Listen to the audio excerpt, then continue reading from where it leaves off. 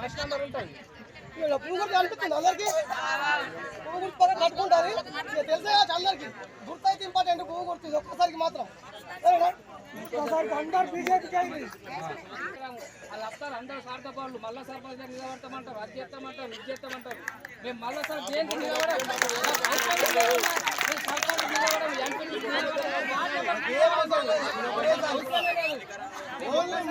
ఒక్కసారి మాకు మోడీ కోటేది. మీ పిల్లలు ఉన్నారు నిజామాబాద్ బాంబులు పేలుతుండే కాంగ్రెస్ వాళ్ళు ఉంటే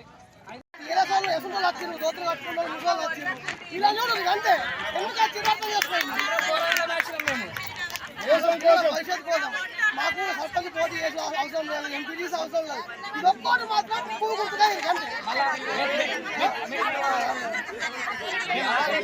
కాంట్రాక్ట్ చేసుకోవడం కాదు, అన్ని కమిషన్ తీసుకోవడం కాదు, మాకు రాజకీయ పని లేదు. మేము మోడీ కోసమే తిరుగుతున్నాం. ఓన్లీ ఈ ఎలక్షన్ అయిపోయినాక సర్పంచ్ దేంట్లో ఇరవై అవసరం లేని పని. జీపీ వాళ్ళే ఉంటారు, వాళ్ళు అన్ని వాళ్ళే ఉంటారు.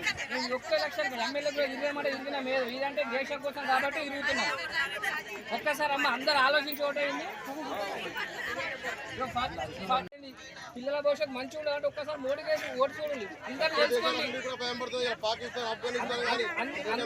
మీ కొడుకులు దుబాయ్ చదువుతున్నారు, ఏం చెప్తున్నాడు మోడీ చేస్తున్నాడా లేదా అని చెప్పిన తర్వాత మీకు నచ్చితే ఓటే ఇల్లమ్మా. ఈయన లెక్క అరవింద్ వాళ్ళకి తెలుసా, అరవింద్ ఢిల్లీనే ఉంటాడు.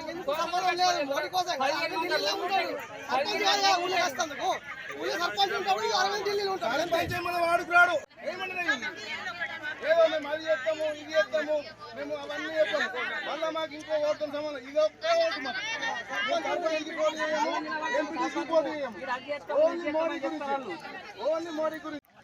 ఈరోజు కోనసముద్ర గ్రామంలో ఉపాధి హామీ పథకం దగ్గరికి వచ్చి మోడీ గురించి, బీజేపీ పార్టీ గురించి, చేసిన అభివృద్ధి గురించి అందరికీ వివరించడం జరిగింది.